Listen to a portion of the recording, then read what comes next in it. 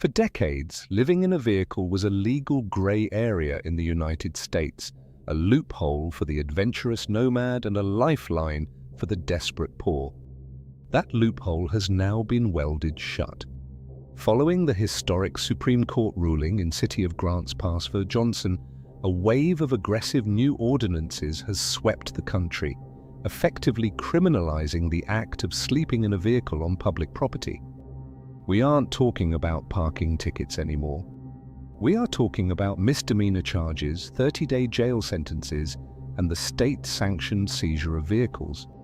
Today we are exposing the 5 US locations that have become no-go zones for vehicle dwelling. We are diving into the specific penal codes, the arrest statistics, and the new Tautu crush policies that are physically erasing the mobile homeless population from American streets. If you think your tinted windows and stealth setup will save you, you are wrong. The war on van life has begun. To understand why 2026 looks so different from 2023, we have to look at the legal foundation that crumbled. For years, the Ninth Circuit Court of Appeals held a precedent known as Martin v. Spoisy. In plain English, this ruling said, if a city cannot provide a shelter bed, they cannot arrest you for sleeping outside.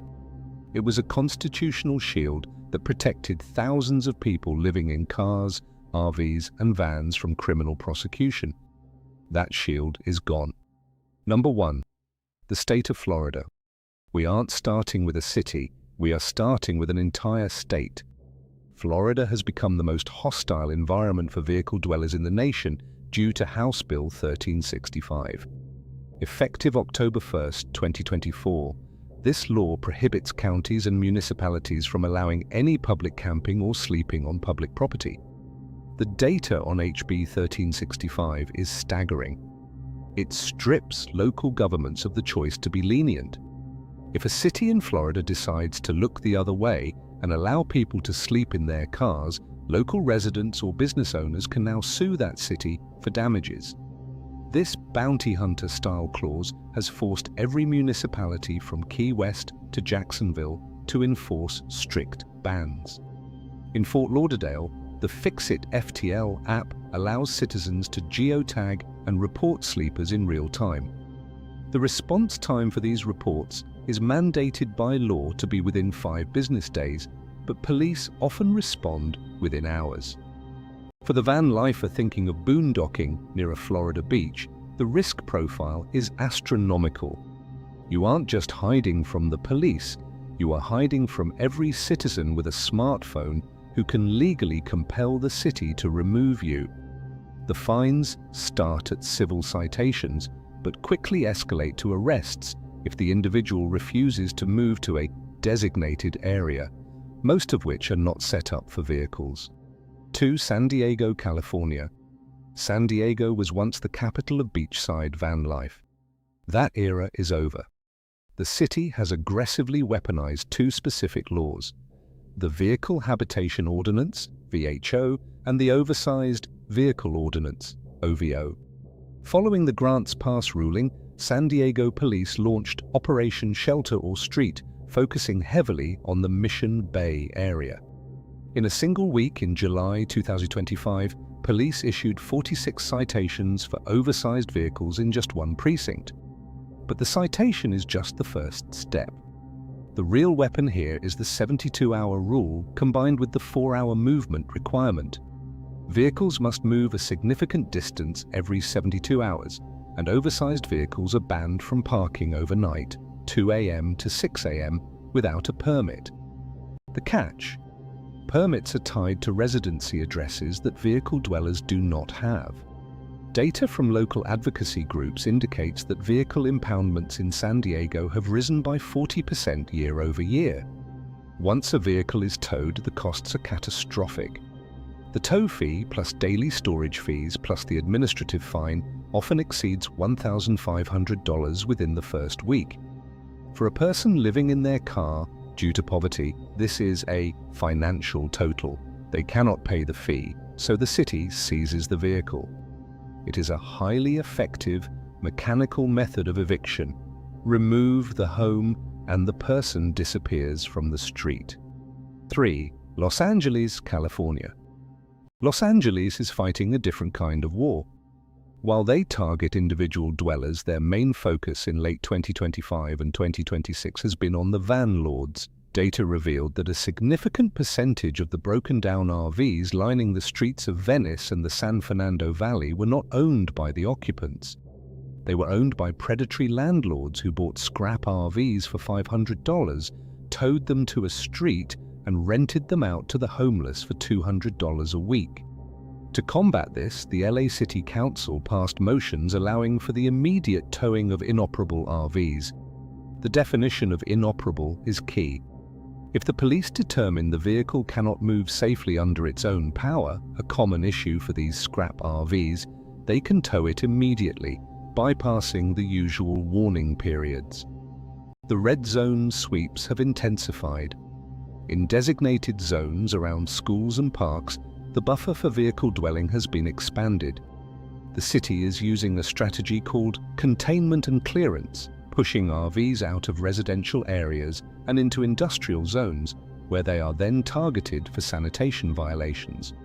If you are parking an RV in Los Angeles in 2026, you are not just risking a ticket, you are risking your vehicle being classified as hazardous waste and crushed. 4. Grants Pass, Oregon. We have to include the city that started it all. Grants Pass, Oregon remains one of the most strictly enforced zones in the country. Their ordinances are explicit. Sleeping on public sidewalks, streets, or alleyways is prohibited. Camping in public parks is prohibited. The penalties here are structured to escalate rapidly. An initial violation brings a $295 fine. A second violation is a criminal trespass charge. A third can lead to 30 days in jail and a permanent ban from city parks. The city's enforcement model is based on compliance through pressure. By making the fines accumulative and the threat of jail real, they force vehicle dwellers to leave the jurisdiction entirely. It is a push factor.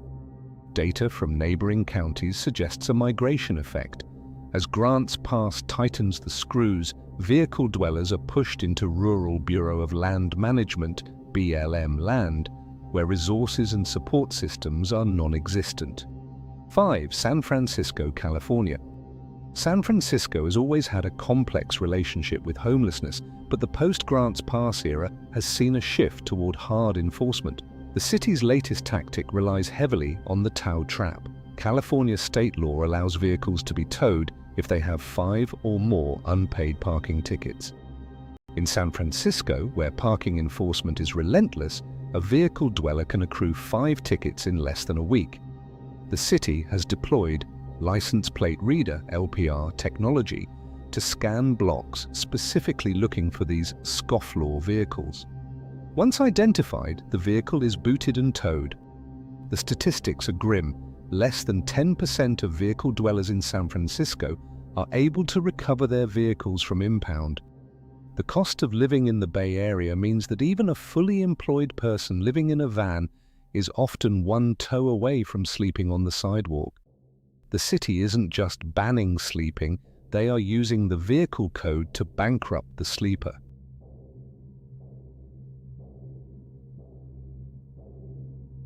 The van lord economy and AMP, the stealth myth. A crucial part of this story is the death of stealth. For years, the YouTube van life community sold the dream of the stealth sprinter, a van that looks like a work truck on the outside, but is a luxury apartment on the inside. The idea was that if you didn't look homeless, you wouldn't be bothered. In 2026, that logic has failed. Police departments are now trained to spot stealth indicators. They look for solar panels flush-mounted on roofs, ventilation fans, max air fans, condensation on windows at 4 a.m., out-of-state license plates in residential zones. The van lord economy mentioned earlier has also tainted the perception of all vehicle dwellers.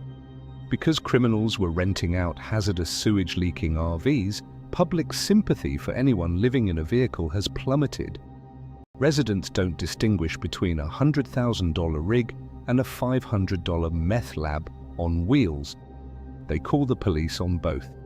Data from community policing forums shows a 200% increase in citizen reports of suspicious vehicles in suburban neighborhoods. The Karen factor is a major enforcement tool. You might be able to fool a passing patrol car, but you cannot fool a homeowner who watches their street 24/7. The human data. Who is actually being erased? If we look at the demographics, the tragedy of these bans becomes clear. We aren't just talking about 25-year-old influencers.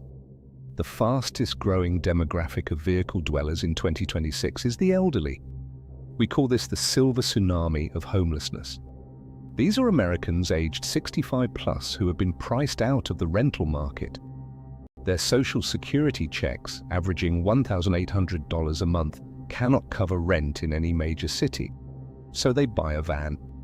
According to data from the National Alliance to End Homelessness, over 40% of the unsheltered homeless population in California is over the age of 50. When a city tows a van in San Diego, they often aren't towing a hipster's adventure rig, they are towing a 70-year-old grandmother's only shelter. The health outcomes for this group are horrific. Data shows that when an elderly person loses their vehicle to towing, their life expectancy drops dramatically. They are forced onto the street where they are vulnerable to violence, exposure, and rapid health decline. The vehicle-to-tent pipeline is a death sentence for the elderly, yet the laws in Florida and Grants Pass make no distinction based on age. The safe parking failure defenders of these laws often point to safe parking programs as the solution. They argue, we aren't banning them, we are just asking them to park in the designated lot. But the data proves this is a mathematical lie. Let's look at the numbers. In Los Angeles County, there are estimated to be over 14,000 people living in vehicles. The number of safe parking spots available? Less than 1,500. In San Diego, the safe sleeping lots are consistently at capacity with waiting lists that stretch for months. Furthermore, these lots often have restrictive rules. You must leave by 7 a.m. No pets allowed in some lots. Strict no re-entry policies. Requirement for valid registration and insurance, which many poor dwellers cannot afford. The safe parking defense is a smokescreen. It allows cities to claim they are offering a solution while simultaneously enforcing bans that affect 90% of the population who cannot fit into the program. It is a game of musical chairs where 14,000 people are fighting for 1,500 seats, and the penalty for losing is jail. The end of the road. The era of the open road is closing. The romanticized version of van life, parking by the beach in San Diego, sleeping under the stars in Florida, is now legally dead. What we are witnessing in 2026 is a fundamental shift in American property rights. The public street is being reclaimed by the state, and the definition of housing is being rigidly enforced. If you cannot afford a house or an apartment, you are no longer permitted to improvise a solution. If you are currently living in a vehicle or planning to, you need to look at the map differently. The coasts are closing. The cities are hostile. The knock is coming, and this time they aren't asking you to move. They are taking your home. Stay safe, stay legal, and watch your back.